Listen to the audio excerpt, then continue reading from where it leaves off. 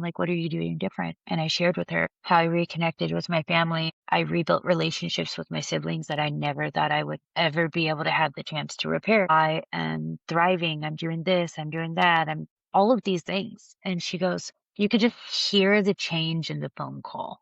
And she goes, Alyssa, you have such an inspiring story. And she's like, and she's just going on and she's like, but like I said, you do have to understand I have to do what's in the best interest of the company. And all of that thing going on in my head is, oh, I'm not getting this job. I'm not getting Right, this job. right. It doesn't matter. It doesn't matter. And she goes, and so with that being said, I speak on behalf of the company when I say we want to be part of your growth journey moving forward. Wow. And I was just so like, I couldn't believe that. I was like, wait, what? She's like, yeah. What'd you say? She's like, welcome to Paycheck. What happens when your worst fear becomes your reality? Hi, I'm Brent Cassity. Welcome to the Nightmare Success In and Out podcast, where we explore how to overcome your fears and nightmares and set yourself free. We're going to be exploring this topic with guys I was in Leavenworth with and others who survived their own nightmare. These stories can be inspiring, sometimes sad. There's some humor, but hopefully you can come away with a nugget of something that'll help you knock down some of the prisons you built up in your own mind. All right, welcome back. Nightmare Success In and Out listeners. This is where you come for what happens when your worst fear becomes your reality. How do you adapt, survive, overcome, set yourself free? Folks, hey, don't forget to follow, subscribe, like this thing up, share it out. Really helps the show, and I appreciate that. So who are we talking to today? Well, we're talking to Allyssa Baker, and I was just telling her that I was, going through LinkedIn, and I ran across this article. It was, first of all, I loved the title of it. It was "The Power of One Decision: How I Turned Adversity into Achievement." I started reading it, and I thought, wow, she just said everything, just point on. And so, as I do sometimes, I just reached out to her on LinkedIn. I said, you would be perfect. You just said everything that the Nightmare Success is all about. And so we connected. And so Allyssa Baker is here today. I want to tell you a little bit about Allyssa Baker. And the crazy thing about her story is that she did so much when she was in prison. Um, while incarcerated, Allyssa made a decision most people never see coming. She chose growth over excuses, discipline over despair, and belief over doubt. She earned her college degree with high honors while in prison, built real world business experience with Televerde while incarcerated. And she was just explaining this to me. It's a, you have to qualify. You have to, they only take a few people. It's the highest paying job in prison. And I hadn't heard of it. So I want to talk to her about that. And she walked out not just free, but prepared. Today, Allyssa is an account executive at Paychex, a trusted advocate for business owners and CPAs, a wife, a homeowner, and living proof that your past doesn't disqualify you, it equips you. This just isn't a comeback story. It's a masterclass in resilience, accountability, leadership, and the quiet power of doing the right thing one decision at a time. I can't wait to jump into all this, but before we do, I want to recognize our show sponsor, Auto Plaza Direct. Who likes spending a couple of weekends walking car lots, looking for a car? Then you spend 4 or 5 hours in the dealership to buy a car. It's kind of like a root canal appointment. Well, there's a better way to take away all that pain and hassle getting a car. It's Auto Plaza Direct. They are your personal car concierge. Just tell them the car you want, what you can pay, and they'll go find that car for you. They'll negotiate your best price. They also offer you warranties and financing. It's all full service. Go to autoplazadirect.com to get started with your personal car concierge. Tell them Brent from Nightmare Success sent you. Folks, I want to share with you a powerful and moving new book you won't want to miss. My Name is Saffron. Voices, silenced, stifled, and taken away by author Saffron Gustafson.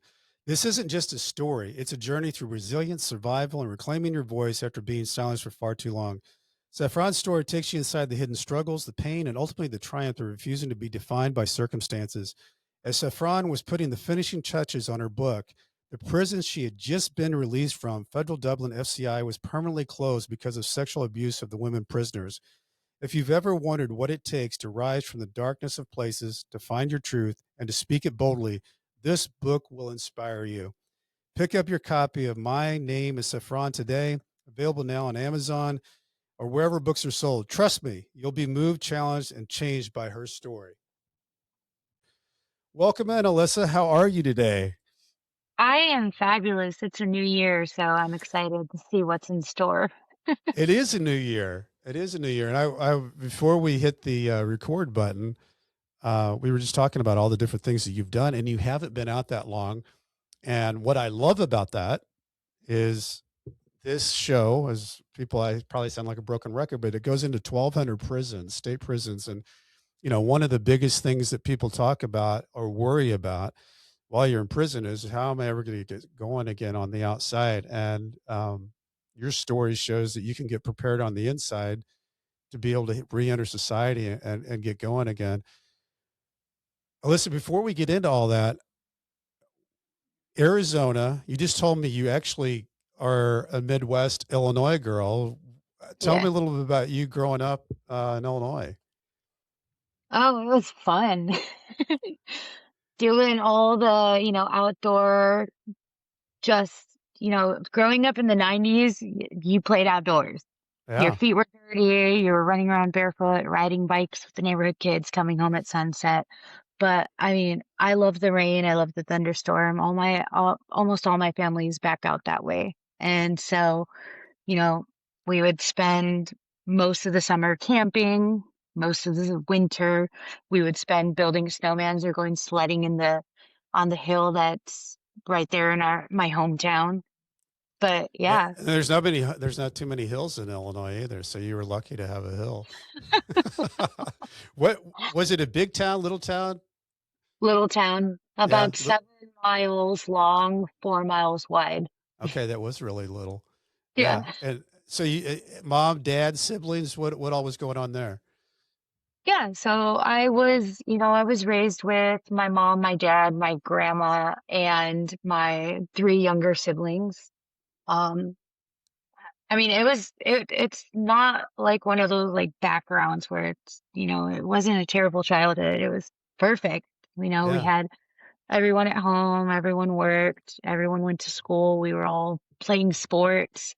Um, Parents were involved in like PTA meetings and Girl Scouts and sports leagues, and we would go on family trips to Disney World and the Wisconsin Dells and all that fun stuff. And That sounds great. That sounds like the American story family.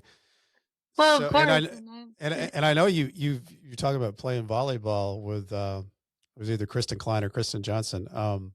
Johnson, yeah. It was Kristen Johnson who was on this show about oh maybe 5, 6 episodes ago. Um, so you get out of high school. What happens on your journey next?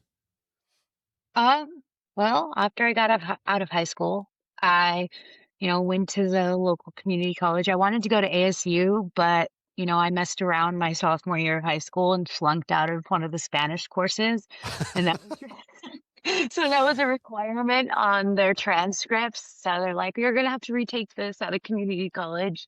They tell me this like 1 week before move-in. So I was like, You "Okay, know, it's let's so do it." funny, Alyssa, that you say that about Spanish because I had a really good friend of mine, um, and there was a program that you could go to Mexico and live with a family, and you went to some kind of school, and this is summertime, and Oh, um, okay. and then you got credits for that when you came back. This is at University of Missouri. And what's funny is that Gaither can still speak Spanish basically fluently, and it just took him like 2 or 3 months, and all that was all he needed. And he was able to get back and got the credits, and everything was great. But um, yeah, The Spanish can craziest be a part The craziest part is that I've been taking Spanish since like middle school in Chicago, and then yeah, growing up, my young teen years in Arizona, Spanish, it was either Spanish or French was a required credit for high school. Um, yeah. and I was like, well, let's do the easy one. I already know a pretty good amount of Spanish. And then it turns out I was bored and I didn't really care to pay attention. And so I ended up flunking out of it. So So that ended up getting you to a community college. Was the community college in Arizona because you were wanting to No. get out that way? Okay. So you picked up from Illinois and moved out to Oh, Arizona. no. No, no, no. No. So let's backtrack a little bit. It's okay. Okay.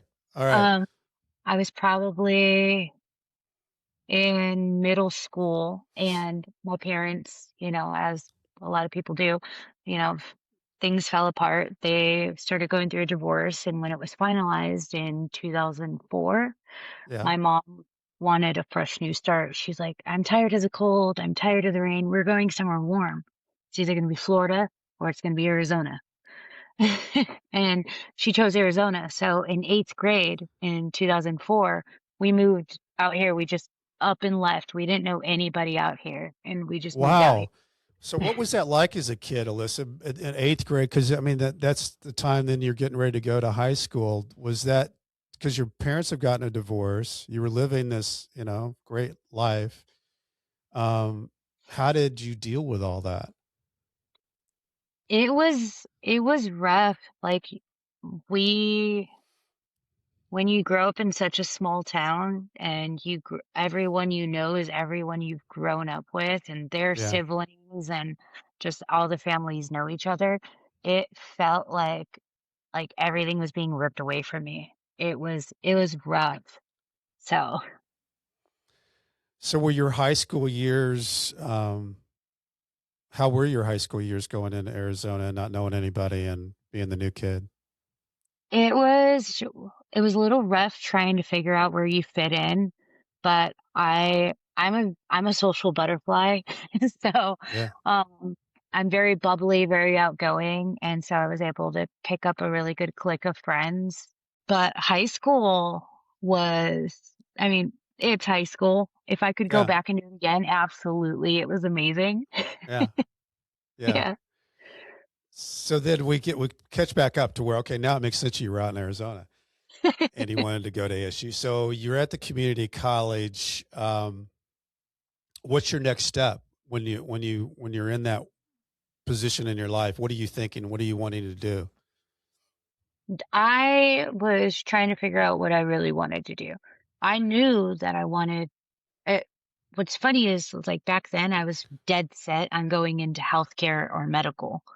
I Okay. was like, maybe I'll be a or a nurse practitioner. Maybe I'll be like an oncologist, a pediatric oncologist. Maybe I'm going to do this. Maybe I'll do that. And so it was just, you know what, let's get my general studies out of the way, and then I could focus on, my major courses later on. Because they always say don't choose your major your Too first early. year Right. Right. because you're probably going to switch it at least once or twice by the time you finish. Right. And so, I mean, it was okay the first year there. I ended up staying a full year, and then, um, I don't know, I was just I wasn't really focused. Hmm. I was just in my wild child right out of high school, 19 years old, Hmm. like, wanting to do all the teen girl things, young adult young woman things, just go out, have fun, party, all this other stuff, and so I really lost focus and started screwing up there too. So, um, when you're in that world of being unfocused, because actually that's not very uncommon at that age, is that kids are not really focused on what their next step is. Uh, what do you end up doing? Um, well, I I started flunking out of my classes, and then because I knew I was gonna flunk, it was gonna look a lot easier if I just withdrew from my classes as opposed to Yeah. flunking out of them in college, because Yeah. that's like your absolute permanent record. And so at that point, that was right around the time my grandmother, who she was my absolute best friend, one of the main women who raised me growing up, just always there. Um, she always used to love telling everyone, she's like, I'm the one that taught Alyssa to feel the grass and enjoy the sunshine on her face and smell the flowers. And I taught her to, I would swim with her in the pool and stuff. So she was my idol. I loved her. She started getting really sick And so I was like, okay, okay, you know what? I can focus on taking care of my grandma a little bit more. Mhm. And then also around that time, I started dealing with, we weren't sure if it was like a softball injury or something like that, because I know that uh, we have disc disorders, like spinal disc disorders that kind of run in our family. Mhm. Um, and so I started having a lot of back issues, and that was around the time I started going and seeing a doctor. And this is also around the time when they started, the prescriptions were flying out the door, Yeah. and they were, instead of solving the problem, they were medicating the problem. It's when the whole, I would say opioid, I never say it Yeah. right, Well, pandemic started.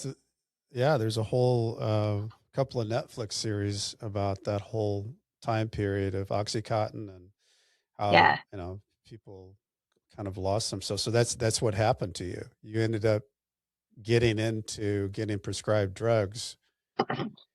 And I mean, did you when it first started, Alyssa, did you feel like that it was just alleviating your pain? Did you feel like you were getting addicted in any way? No, at all, not at all. Like, I literally felt like, "Oh my god, I can lift a case of water off the ground. I can help my grandma in and out of bed, or I can help wash her up in the shower. I can Mm, actually stand up," because it was like my joints and my back. It was like I was 19, 20, and I felt like I was 90 years old. Like, mm. there were days where I was in so much pain, I couldn't get out of bed. And so here's this magical pill that literally was making me feel like Superwoman, and I was cooking and cleaning and doing errands and taking care of my grandma and being able to go out with friends again and all this other stuff. So in my head, I didn't think that it was an issue. I just was like, "Oh, that's the solution. It just needed a little bit of, numbing or something." Well, how long did that go on before you actually realized it was an issue? So, um I would probably say it was, I mean, I knew it was an issue, but it didn't really, like, I was in denial. I mean, Mhm. I was taking these pain pills for probably like 4 or 5 years. Yeah. And throughout that time, it it changed, like, my method of taking it wasn't appropriate anymore. I wasn't no longer, popping a pill, taking a drink of water. I began, snorting it. Mm, And that would be the only way that I took it, and it got to the point where I would get a 30-day script, and I would be running out within 2 weeks, and at that point, you know, I I was just, like, miserable. I was a pain in the ass to be around.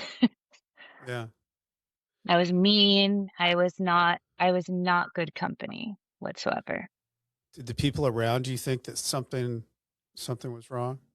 They kind of figured it out. My grandma had also been taking pain pills for a lot of years with all the issues she had going Yeah. on, Yeah. and um, it like my grandma loved me so much that she didn't want to see me suffer, so she would short her own script to help me out. Mm, And when it got to that point, I think I was already so far into the need for it, and it wasn't like I was fiending for it. I was trying to avoid the withdrawals from it. mm, The yeah. withdrawals were more scary than any other thing that I could think of at that time. So the only way to avoid the withdrawals was to continue taking it. And plus I have ADHD, so me being hyperactivity and up and active and go, go, go, Mhm. that's what it did for me. And so I enjoyed that feeling. Sure. You had the energy and you didn't have the pain. Yeah. And it got to the point where, like, my family, like my mom, she was like, "You're effing addicted to those things. You need help." Mhm. But I didn't know how to get myself help. I didn't know I was addicted. I didn't, and if I did, I didn't want to believe it. Mhm. And then it was kind of like a circle, a never-ending circle, like telling me I'm a piece of crap. And it got to the point where I was stealing the pills from my grandma because she couldn't afford because she was in so much pain, she couldn't afford to help me anymore. So I would start stealing them from my grandma. And that, when I look back, like that was so low. Like my grandma was so in so much pain. Hmm. And I cared more about not dealing with withdrawals than my grandma not being in pain. Yeah. And it was just you just were just kind of following down a deeper and deeper dark hole of the addiction. Yeah, it got to the point where like I thought like I finally got the nerve to go to my doctor because you start hopping around doctors because they Right. do it for so long, and then issues start happening, and so then you have to switch. Or my grandma, I would go wherever my grandma went because I was helping take care of her, so it was Hmm. easier for us to go to the doctor together and everything. It got to the point where I ended up telling the doctor, like, "Hey, like, because I would go in, and in order to get the prescription, you're supposed to see the doctor." But it got to the point where they would leave it up at the front desk, and all Hmm. I'd have to do is walk in, and they'd be like, "Oh, hi, here you go." Like, I wasn't seeing him anymore, and that irritated me because I Hmm. knew I had problems and I needed help, and I didn't wanna be a guinea pig anymore, like, Yeah. and so their suggestion, instead of like, "Hey, let's run tests, let's see what's going on with you. Why were you in pain? Why did we start prescribing these to you in the first place?" Instead of that, they're like, "Well, then you can go to pain management." Hmm. And that was a nightmare because 'cause they're a lot stricter. Yeah. So let's talk about like when this nightmare landed on you, how it turned from addiction to something illegal, criminal. How did it occur? Yeah. Um, so I was to the point where I I hated myself for using the pain pills, and I it was getting to the point where I couldn't just go to pain management. I think I was red flagged at the pain management because I had, um, like, ran out of the pills earlier, whatever. I wasn't following their rules. Hmm. And, me and my grandma lived in Section 8 housing, and there was a neighbor that was like, "Hey, um, do you like to party?" And it was kinda like, "Eh, okay." So I bought something from him, and I was under the assumption that it was coke, which, um, and I I was familiar but not familiar, Hmm. And so I was like, "Oh, okay, okay." And I tried a little bit, and it started getting to the point where I was like, "Okay, well, this is not coke. I've done coke before. It doesn't do anything for me. My ADHD, it like counteracts it, and it doesn't give me that uppity high."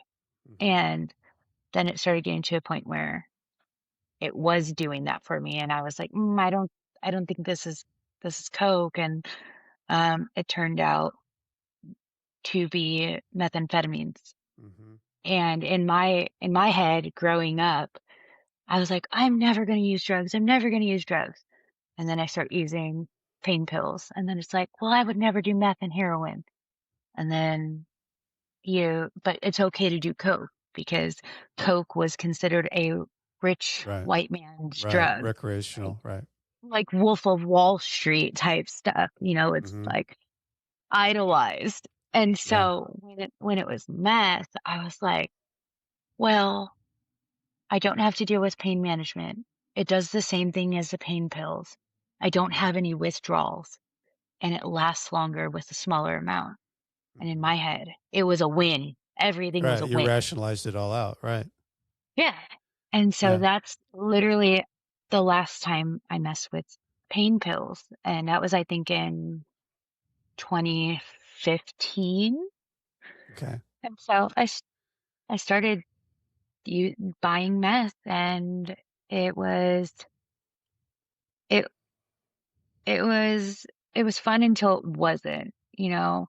I had to I really had to hide from people.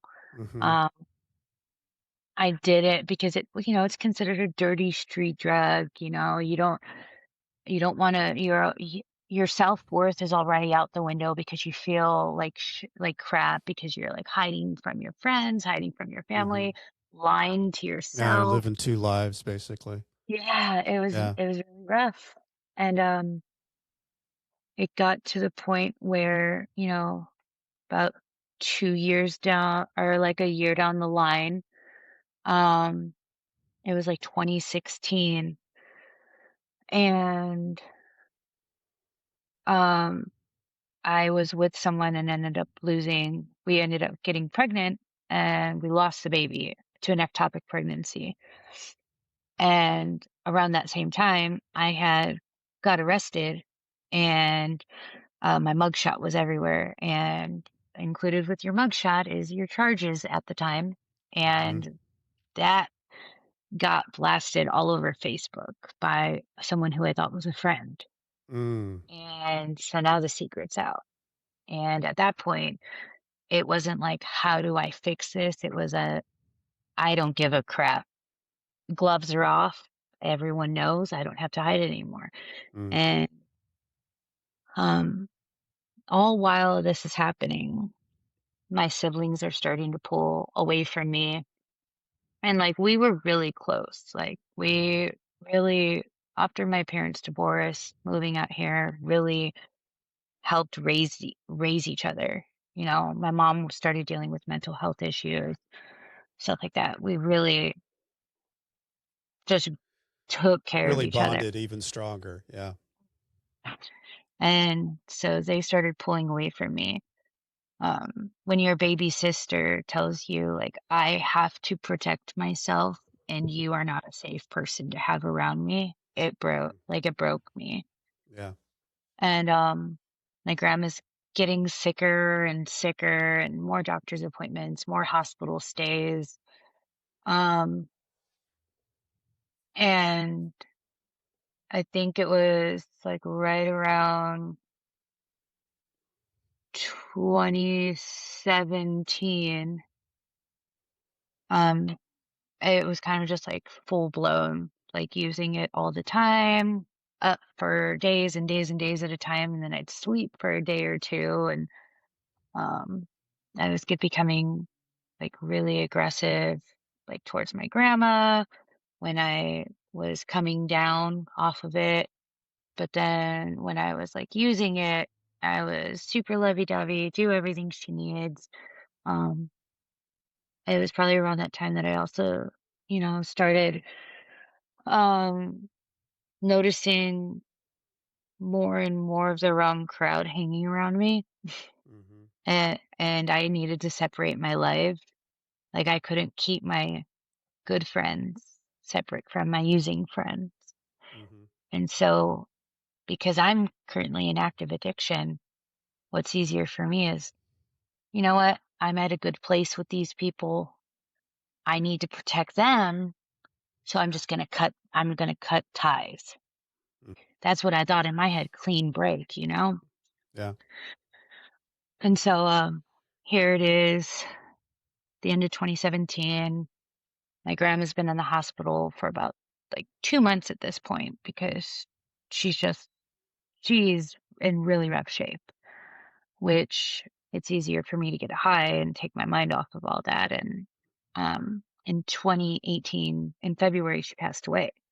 Mm. And at that point, like Section 8 has already cut off the ability for me to live in the house because she is now she at that time she was a resident of the hospital Hmm. and then in hospice. So they cut Section 8. uh, her Yeah. Section 8, which means they literally came and were like, "Hey, you have to leave the apartment and get everything out. You have 24 hours." I'm like, "I have no friends.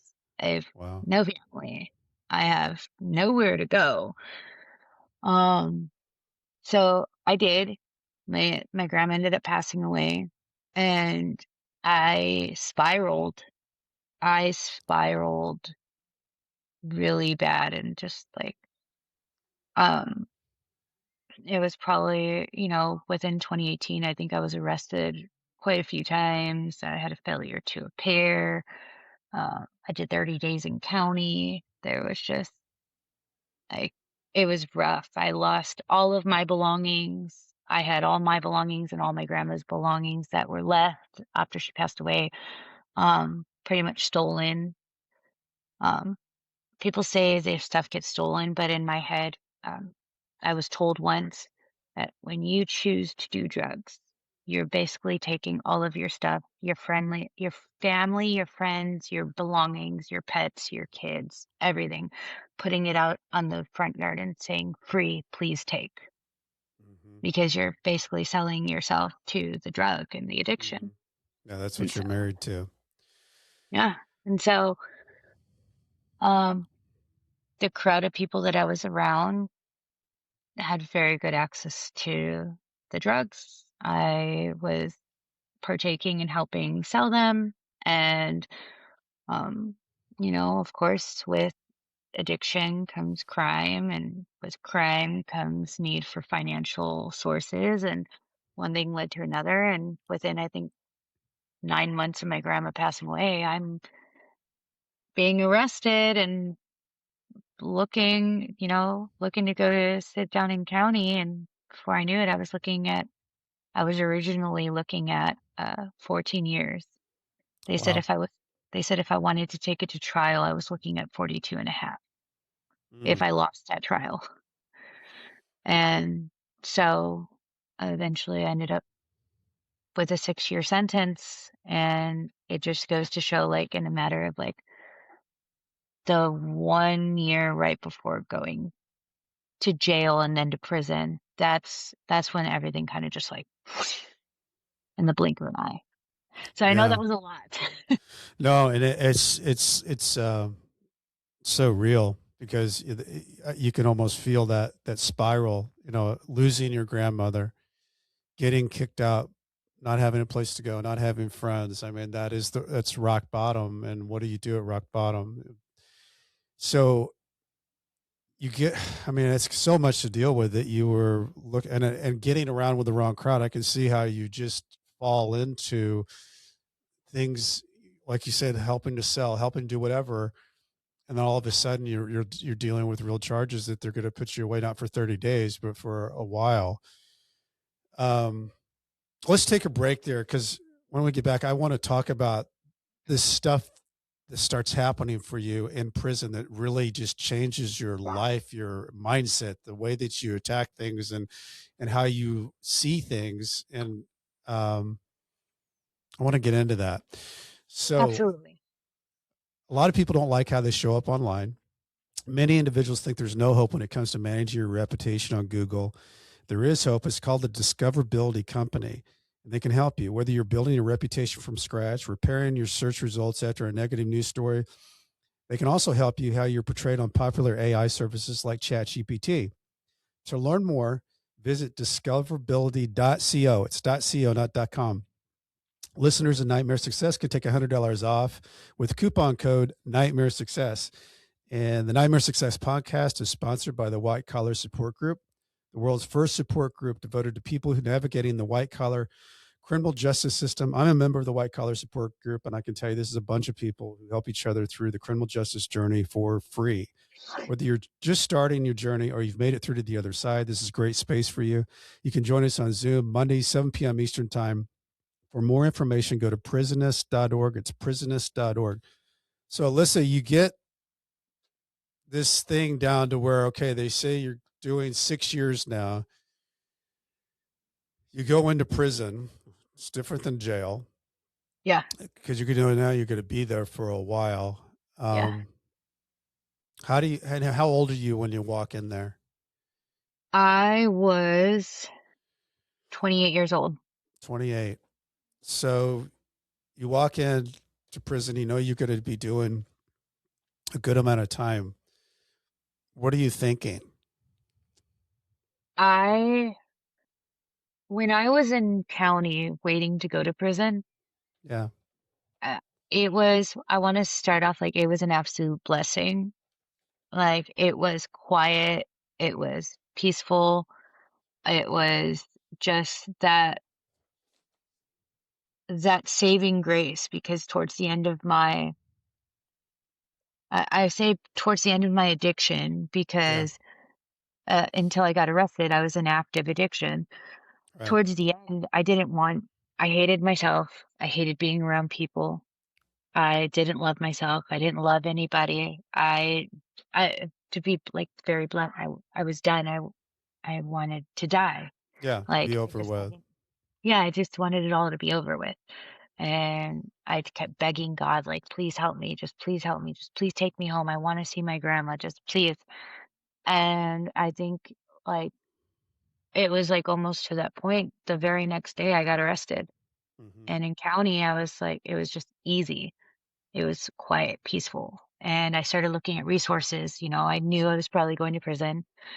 And it gave these options of like different educational programs you could do in there, different classes. When I was in county, I took part of every program, every class. I went to parenting classes and I don't have kids. I went Yeah. to parenting classes. I took everything, everything you could. And the one thing I told myself is when I get to prison, I want to get a job and save money. Hmm. I want to go back to school. I Hmm. want to play softball and I want to walk out uh, a completely different person than I went in. Yeah. And so that's what I told myself. And when I got to prison, I went straight to my counselor and to our resource clerk, and I was like, how do I do this? How do I do that? How do I get into this job or this job? Okay, Hmm. well, how do I enroll back in school? I just started asking questions, and that was Was the like a big, counselor was the counselor helpful? oh yeah, Yeah. yeah, very helpful. So you start getting enrolled in these things, and um, I know you took, this. You did. I think you did. You graduate magna cum laude with when you took your college courses.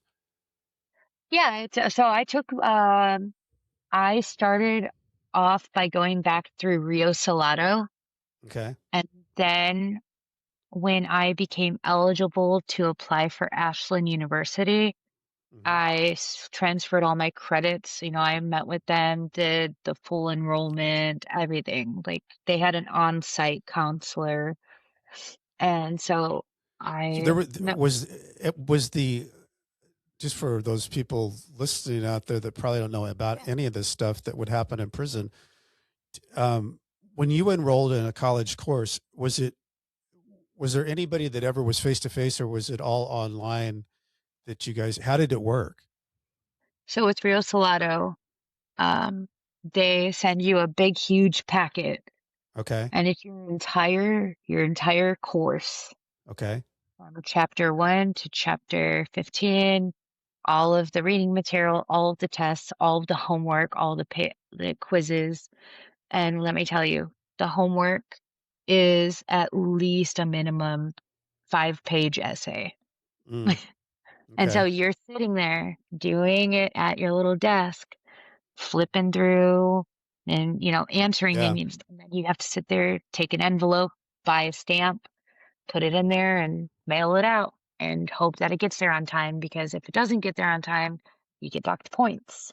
Wow. Okay. Well, you And do then, really good. You did really good in that. yeah, I I mean, you had did to keep really good. had to keep a schedule. And if I was ever late, I would send a note with the Yeah. homework. I'd Yeah. said that, hey, I know this is going to be late. This is why I understand I'm losing points. I bet that was a great way to kill time.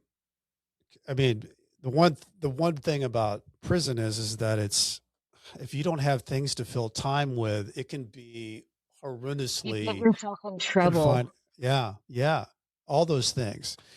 And so you you get into this Televerde, and Yes. what part of your sentence in this 6 year sentence did you get involved with Televerde? Within I was sentenced to prison at like September 30th or October 2nd of 2019. I Okay. started with Televerde in September of 2020. Okay. Right, right, like in the middle of COVID. Yeah. Right. Exactly. That wouldn't have, I mean, I always I've talked to people who've been to prison while COVID was going on. And, you know, there's only certain things that you have that you think that are privileges when you're in prison, and they just get all wiped clean when you're, Yeah. they're just locking everybody down and making sure that, that nobody dies. But, um, tell us about Televerde, because I hadn't heard of Televerde. I've been doing this show for 5 years, and why haven't I heard of Televerde? It sounds like an incredible program. How did it work? It it was amazing. So I first started hearing about it, the way that people describe it on the yard is like you're a telemarketer. Basically, you're selling stuff. Hmm. So it's funny when I went into my interview with the senior call center manager, he's like, "Do you know what we do here?" And I was like, "Telemarketing?" And he was like, "That's an incorrect answer. We we are much more than that." Um, they are a business to business sales and marketing organization, and their business model is built on providing women a second chance. Hmm. And I believe I mentioned it in my article, like the founder, Jim Hooker, built it on the saying of discarding a person for the rest of their life based on a decision they made the worst day of their life is a complete waste of human potential. Hmm. And so what we do is we bring in clients and they outsource their agents to those clients. So we have like SAP, VMware, um, and Sonos, stuff like that. And so it was an amazing opportunity, very robust training and development. You go through, of course, new hire, and then if you're lucky, you get put on a campaign with a client. And their new hire training is not like, oh, here's a workbook. Okay. Like you are sitting there 6 weeks doing all of these different lessons, role play, call guide, Hmm. the whole shebang. Like, because a lot of these people don't even have never had a job in their life. And then there's Hmm. people in there that were maybe doctors previously, or, um, like, I think I had one that was a banker or something like that. So Yeah. all walks of life. Um, and you get put on a campaign, so with a client, and now you do training all over again. You have to learn their products. They provide like a playbook of Hmm. these are the sales plays that we want to do. These are the titles that we're going after. These are the business industries that you want to focus on. And this is your email messaging and stuff like that. So You're it doing was, all this while you're incarcerated. And yep. you were telling me before we got on that it's a process to even be able to get into this program. Like, what did you have to do to get to be in that program? Um, You are required to have your high school diploma or your GED. Hmm. If you don't, there are ways that they're able to work with you to help you get to that point because there's school and GED classes in prison. Yeah. Um, you go through an interview process with, I think at one point it was one of our VPs of sales came in there and did some interviews, but usually it's the different call center managers. They'll sit down and do interviews with people. And I think there was at one point there was 1,400 women and probably at least 100 people applied and they only took 15 people. And Out of that was when out of over 100 applicants. They took and 15. Wow. and that was when I did it. And then sometimes it just depends on the need. Hmm. So, um, So, I guess I should have asked you, like, when you were in this time period and you're getting your life back together in prison, You're getting, these great scores and doing well with your college courses, and then you get into Televerde. Are you reconnecting back with your siblings? So I had been in contact with my mom. My brother was living with my mom, so I would occasionally talk to him. Once in a great while, I would talk to my baby sister. Yeah. But the second oldest, she had me completely cut off. And there was no Okay. way. It's like, people have to apply for phone calls or Yeah, apply it's for not easy to visitation. communicate with somebody in prison. Right. Yeah, I didn't have her contact information and everything like that. And then there was probably one or two people from my old group of friends, my good group of friends Hmm. that had he actually had reached out to me while I was in county. They're like, "Kruger, you have a video call." And I'm like, "Who would who would schedule a video call with me? I don't have one." I was alone. Yeah. Um and I log in and I hop on and here it is, my best friend. And he was like, "Dude, we've been looking for you. You've kind of just fell off the face of the planet and Yeah. no one's heard of you. Everyone's been looking around for you." And he actually wrote a letter to the judge on my behalf, showed up at my sentencing, applied for phone calls and visitations when I first got to prison, and was there for me throughout my entire prison stay, including picking me up on my release day. Wow. Yeah, Wow. good Well, that's friend. it's very cool. So you get through this.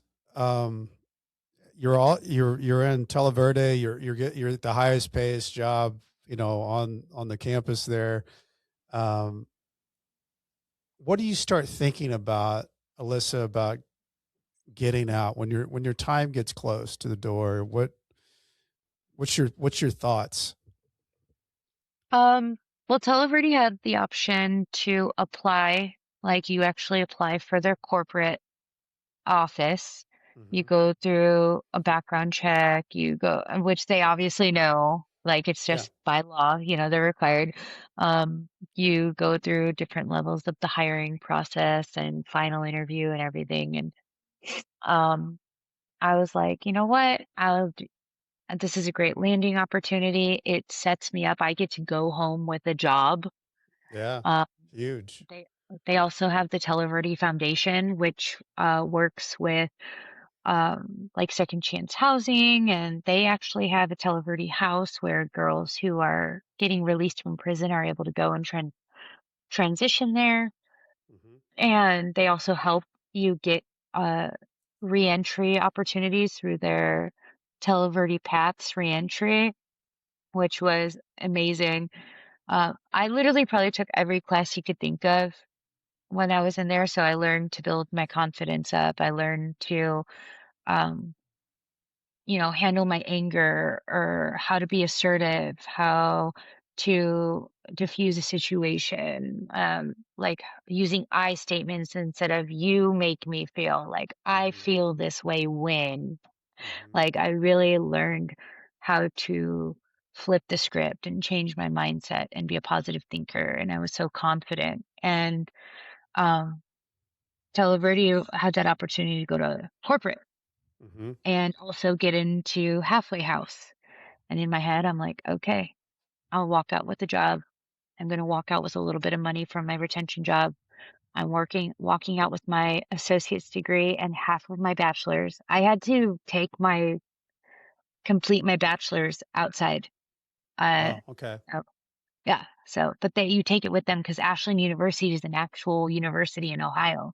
Okay. Um, I was like, you know what? I'm just going to hit the ground running. And have a lot of the girls will sit there and tell you, don't get too full of yourself. Take it one step at a time. Most people fall flat on their face, blah, Yeah. blah, blah.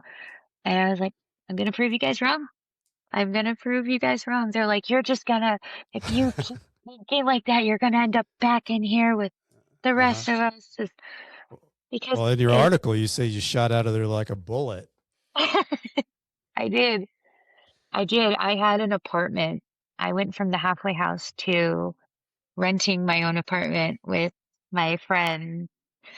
Within 2 weeks, I got released on March 23rd. I had a brand new so March 23rd, 2024, I was released from prison. By April 8th, or A couple yeah, weeks later. yeah, a couple weeks later, we were in our new apartment, and then I think by April 11th or 15th, I went and bought myself a brand new 2024 Kia Forte. So, I mean, I have a You job. really did. Well, I mean, and this Televerde thing sounds like it's just a fantastic organization because they're filling the gaps of what's really needed when somebody is both in prison and when they get out of prison, and all the things that are needed when somebody's trying to reenter, which it just sounds like that you took advantage, Alyssa, of all of that. Um, They teach so something that yeah, no employer in the world can, and that's grit. Like, you're yeah, fighting to stay on your campaign. You're fighting for a campaign. You have because you have to think you're in a prison with 4,000 women, and they hmm, have a select number of spots available, and you have to constantly prove yourself. But that the confidence, the grit, and the determination is something that I don't think I've ever seen an employer be able to teach their ladies or yeah. their No, it's employees. awesome. And the way that you write this article, I mean, it's like a how-to thing of if you don't have confidence, get consistent, be disciplined, Yeah. and you just keep going with all those things. Um, I know that you have a really good job now with paychecks. And So how how does Alyssa go and get a job at Paychecks, which is a huge organization? They obviously hire people who are justice impacted. How did that interview happen? oh gosh. So I was kind of at the point I've been with Televerde for 4.5 years, and I was kind of at the point where I was like, you know what? I want to see what other opportunities are out there for Yeah. growth. I really want to like move up the corporate ladder. And I was terrified. I was absolutely terrified because I was like, I looked, I was looking at places like Second Chance Employer, Ban the Box organizations. Right. I actually didn't apply to Paychecks. I was reached out to by the recruiter. Um, and they're like, hey, we have this opportunity in Phoenix. It's in office. Would you like to, you know, take a few minutes and talk with me? I Hmm. was like, you know what, let's try it out. And Yeah. I started going through the interview process and got to the point where I came to the final interview, and it was absolutely amazing. And so after that, the recruiter calls me and is like, hey, I think they want to send you an offer. And I was like, hey, I have to share something. And so I told him, he was like, well, it's like case by case. So what I would suggest is fill out your full profile through our applicant tracking system. Hmm. It's going to ask you about, your background, and be completely honest because we're also going to run the background check, Hmm. and then we'll go from there. And so then, I did everything and I just waited. And so then the recruiter reached back out. He's like, so HR is probably going to reach out to you. It's their job. Um, so I just wanted to give you that heads up. I was like, all right, cool. HR reached out to me, and she was like very stern, very cold, very like Hmm. detached. Hmm. I mean, and she's like, Alyssa, you understand that I'm reaching out because we ran your background check and everything matched. So I appreciate your honesty and transparency. Um, But the reason we're having this call today is because it is my job to screen people to protect the company. Hmm. What's in the best interest of the company? And so she asked me to share a little bit about my crimes, and I was like, can I, if you don't mind, can I share my story with you? Hmm. I can talk about anyone can talk about something they did, but let me explain to you." And so I did. She goes, "Oh, okay." After I tell her my story, Hmm. and she goes, "Okay." I like the way that you Um, handle that though, because yeah. so everybody who's a justice impacted person has to at one point tell their story in a way that it's either an interview or you're at a social function Yeah. or whatever it is, and you own your story. Yeah. And if you can get comfortable telling your story, it's such a big deal to get people to relate to what is going on and how it happened. And it was so smart of you just to say, yeah, I can talk about that, but let me tell you about me and my Yeah. story. And 'Cause it's a I good can tip. say that I stole I could sit there and tell you, "Hey, Brent, I stole, um, a loaf of bread and peanut Hmm. butter." Hmm. And you're gonna be like, "Well, that's wrong, you could get death charges and all that." But if I say, "Hey, Brent, I lost my job. I don't have benefits. I don't have money. My daughter needs to eat. I Hmm. stole this." Hmm. It has a different impact. It's still Right. wrong, Right. but it makes more of an impact. So then, but back to the interview, she goes, "Okay, well, I need to know, what are you doing today that ensures that you're not going to do this to a company, or you're Hmm. not going to end up back in prison? Like, what are you doing different?" And I shared with her how I reconnected with my family. I rebuilt relationships with my siblings that I never thought I would ever be able to have the chance to repair. Hmm. I am thriving. I'm doing this. I'm doing that. I'm all of these things. And she goes, Hmm. "You could just hear the change in the phone call." And she goes, "Alyssa, you have such an inspiring story." And she's like, she's just going on. And she's like, "But like I said, you do have to understand, I have to do what's in the best interest of the company." And all of that's thing going on in my head is, "Oh, I'm not getting this job. I'm not getting Right. this job. Right. It doesn't matter. It doesn't Yeah. matter." And "And so with that being said, um, I speak on behalf of the company when I say we want to be part of your growth journey moving forward." Oh, wow. And I was just so, like, I couldn't believe that. I was like, "Wait, what?" She's like, "Yeah." What'd you She's say? like she's like, welcome to Paychex." She goes, Wow. "It's very inspiring and it's very hard, but if we can continue to help you on the right path, then that means that you can pay it forward and help the people that come behind you." Wow. Gosh, Yeah. it's just I mean, that's just such a feel good story of so many stories that you hear that that doesn't happen. Yeah. But I think, you know, when you hit somebody with raw authenticity and honesty, um, and really do share your story in a way that somebody can relate, like, Yeah. wow, that could have been me, or what would I have done in that situation? All those different things that go Yeah. on, like a movie starts in your mind. Um, and I know your paychecks thing has gone really well, and Yeah. you've done a really good job there. Yeah, it's And been I there know, like 15 months. yeah, personally, you've gotten married. Yes. Uh, you have a home ownership. I mean, you've really just taken anything and everything that you told yourself when you were going inside the walls of the prison, that I'm going to change. And you just Yeah. started just chipping away at everything that everything else became unfamiliar because of what you were doing became everything that you were doing. And I think it's just, I was inspired, Alyssa, just by your writing. Thank you. You know, I come across a lot of things and hear a lot of stories, but I just think it's your story is one where so many people have their worst moment that is exposed to the, public. Um, and you know, you don't want to be known just for that worst moment. And Yeah. you were able to swim through that and grit it out, keep the determination and not quit on yourself. And then you just laid it out to the HR person, and Yeah. a conversion happened. It was It was really fantastic. cool when I got to share. I've had the opportunity to share that with pretty much everyone in my division. Yeah. Uh, and when people hear, they're like, "Allie, there's no way." And then of course you get all the questions. Is it like Orange is the New Black? Did you meet this person in there?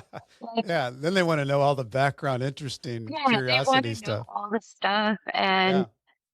uh the easiest way that I always tell people is, just imagine, a a summer camp. You Yeah. have sports, you have classes, you get fed, you have activities, you do things, and you're surrounded by people um all the time, and it's never really actually quiet. The only thing that sucks is that you can't go home until the counselors tell you could go home. So you're Yeah. kind of stuck at summer camp until you For are years. told. Yeah. Yeah.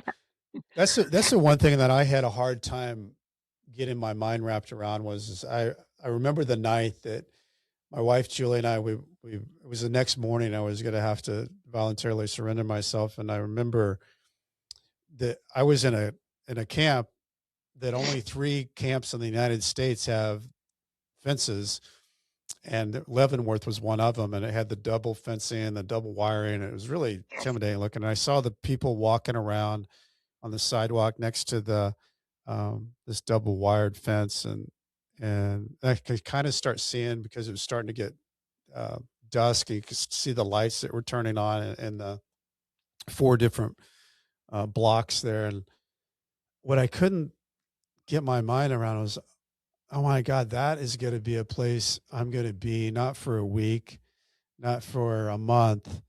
I'm going to be there for years. And it's something that you can't really grasp until you're actually living it, because it's Yeah.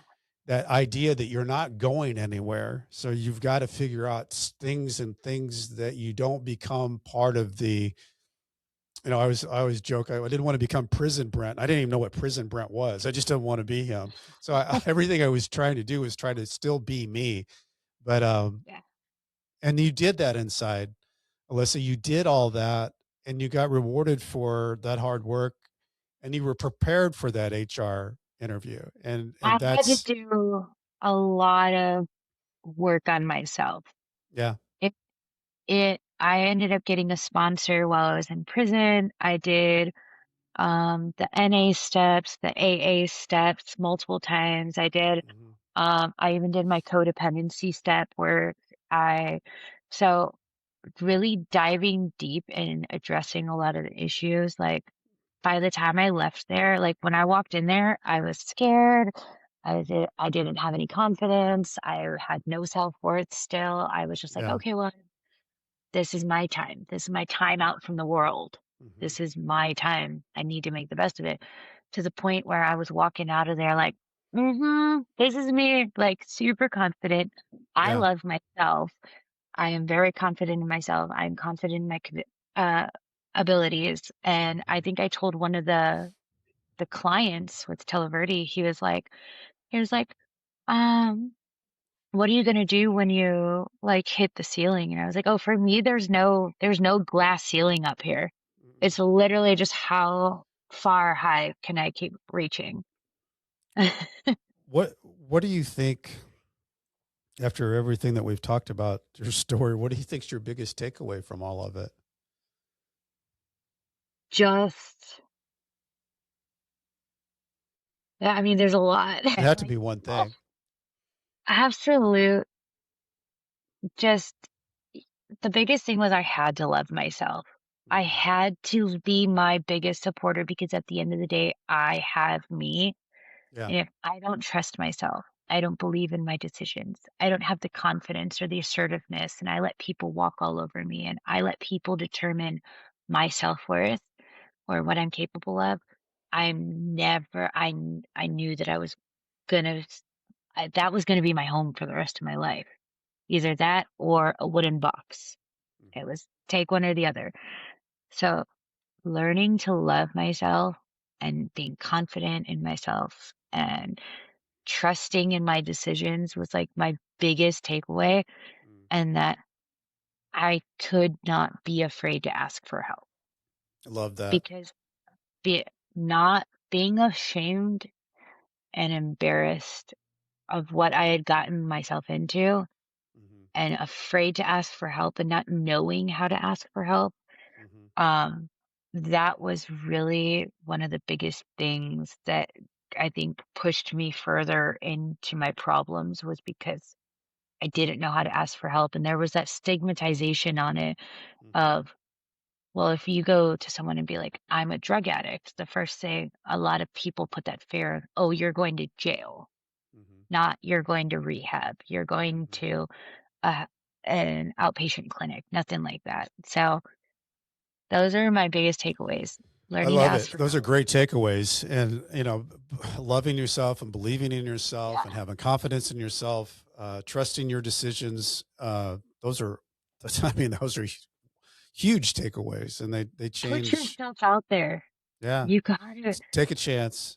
Take a the chance. worst they can say is Nothing's ever as no. bad as your mind makes it out to be. That's for sure. Not Oh, even I prison. catastrophize so bad, but yeah, I you have to be able to hear the no's in order to get to the yes. Yeah. And no does not mean never. It just Right. means next opportunity. Yeah. Yeah. That's I how you love have that. to think of it. So, Love that. Love that. While we're talking about thankful things, I want to give a shout out to Homestead Financial Home Mortgage, letting me use all the equipment here and fancy lights. If you got home mortgage needs out there, Greg Atiev is your guy. He knows all that stuff. If you're looking for a book out there for the new year, everybody's got New Year's stuff.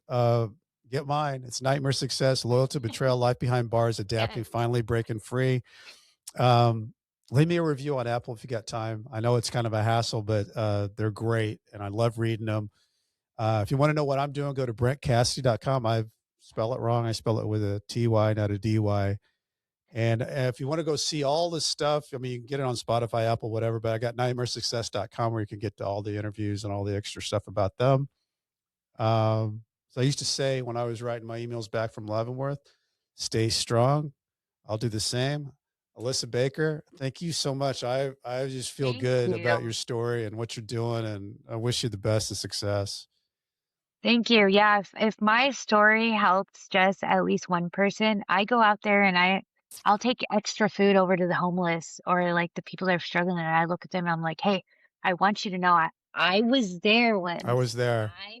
I've been homeless. I've been, asking for money. I've been where you are and I promise you it is possible." And Yep. just being able to see that glimmer of hope is amazing. So, thank you. Thank you so much for having Well, me. you're inspiring people to believe that second chances are real, and I love that. True Nightmare Success guest, Allyssa Baker. Thank you so much. Thank you. Nightmare Success in and out.